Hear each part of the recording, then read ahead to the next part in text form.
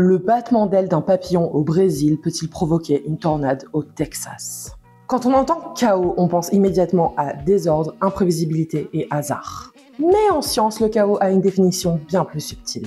Et surtout, le chaos peut cacher une certaine forme d'ordre, souvent insoupçonné.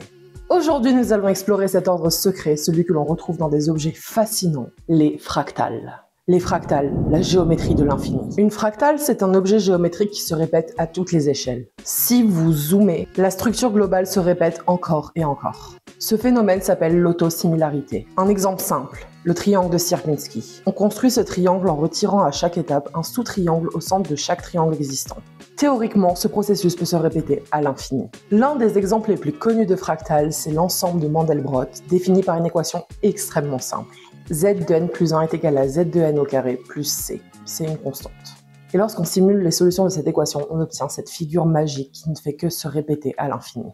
Le chaos déterministe, ordre ou désordre? Contrairement à ce que l'on pourrait croire, la théorie du chaos n'est pas une théorie du hasard. C'est une théorie déterministe. Les systèmes chaotiques suivent des lois mathématiques très strictes. À partir d'un état initial donné, leur évolution est parfaitement définie d'un point de vue mathématique. C'est-à-dire qu'on peut mettre sous forme d'équation le système en entier. Prenons l'exemple de l'attracteur de Lorentz, un système défini par 3 équations différentielles. À la base, au milieu du XXe siècle, Lorentz avait posé ce système pour définir les transferts thermiques dans l'atmosphère. Mais voilà le piège du chaos. Ces systèmes sont sensibles aux conditions initiales. Une variation minuscule, même en millionième de millimètre, peut entraîner une dynamique totalement différente. Prenons l'exemple du pendule simple. Imaginez, là, j'ai un pendule, une ficelle avec une masse au bout. Si je le lâche d'un certain angle et que je lâche mon pendule, la trajectoire va faire un arc de cercle.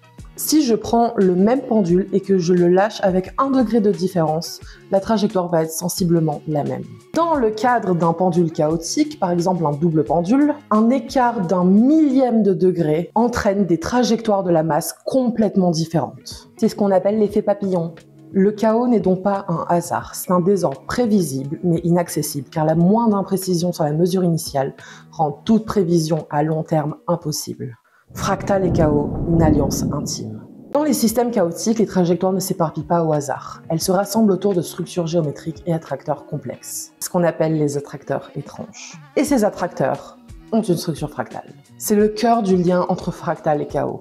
Dans l'apparent désordre des trajectoires chaotiques, il existe une structure d'ordre cachée, des géométries fractales invisibles à première vue. Par exemple, si on reprend notre attracteur de Lorentz et qu'on zoome, on voit que les trajectoires se répètent. Les fractales sont donc comme des empreintes laissées par le chaos. Elles révèlent la géométrie secrète des systèmes que l'on croyait imprévisibles. Fractales dans la nature et dans l'art. Les fractales ne sont pas qu'un objet mathématique. Elles sont partout autour de nous.